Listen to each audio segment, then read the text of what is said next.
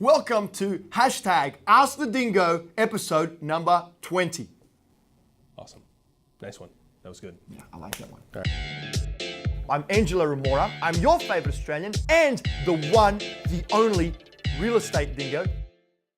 Work hard. Work day and night if you have to, dude. Work fucking day and night. Real estate, guys, is a long-term play. It is a marriage. I speak to investors from all over the world. Let's go inside. Let's go check this property out.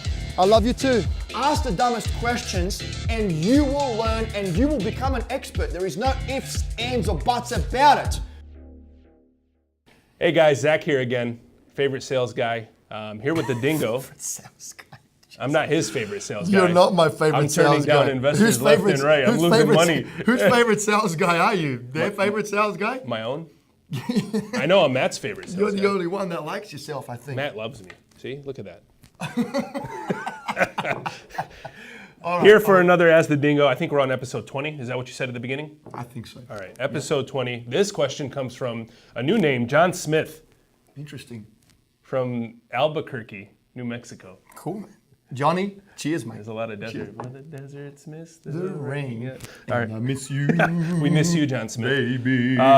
He wants to know what are some of the top things he can renovate to one of his properties to add value or get the most value out of it. Dude, I love those questions. That's a great I love those questions. Why are you dropping the F-bomb? Now he's got to beep it out. What? Question? You said that's a great question. I told you we're not allowed to swear anymore. I didn't know that was Because a swear word. all of those That's in my normal all of those vocabulary. networks do not want to see me swearing. They want a proper, polished real estate dingo, like all of those fake reality TV shows. They better look But hey, elsewhere. they look good and they talk good, even though they don't know how to do fucking shit. Matt, please beep that out. Okay, so how to, okay, yeah. Can you address John, please? Yeah, John, sorry. So look, it really comes down to cosmetics, right? Something that I always tell investors is when you're first starting in real estate, don't buy a property that needs structural renovations because you lack the experience of taking on such a big project. Always buy properties that just need a cosmetic rehab where you can get in and out as quickly as possible. Some of the things that will add the most perceived value, for example, the biggest one in my opinion is paint. No ifs, ands, or buts about it. Paint the shit out of absolutely everything you can. Why I say that is because people are very visual, right?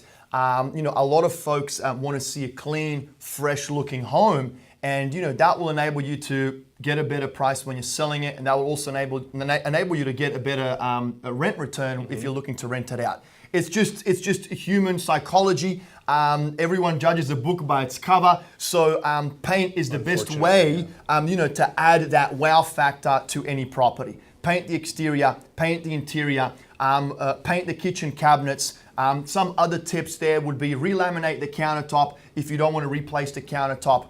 You know, add new lino to the bathroom, add new lino to the kitchen, new sink, new faucet, new light fittings, new cover plates for the switches, carpet. Another great tip would be put mulch outside because, you know, first impression is every impression. You want the property to have a good curb appeal. And look, if it's going to be a rental, you need to make sure that the hidden items like the plumbing, the electrical, you know, the furnace, the stuff that you don't really see, the guts of the property in the basement, right, is in good working order and it's going to be sustainable for the long term. Yep. But yeah, once again, in my opinion, it really comes down to that visual effect that you need to create. And I think the best way to create that is through painting. Another thing to make mention of there, what you really want to do for every dollar that you invest in a renovation, you want to try and get 3 back. For example, let's just make the numbers very simple. I'm buying a house for $100,000.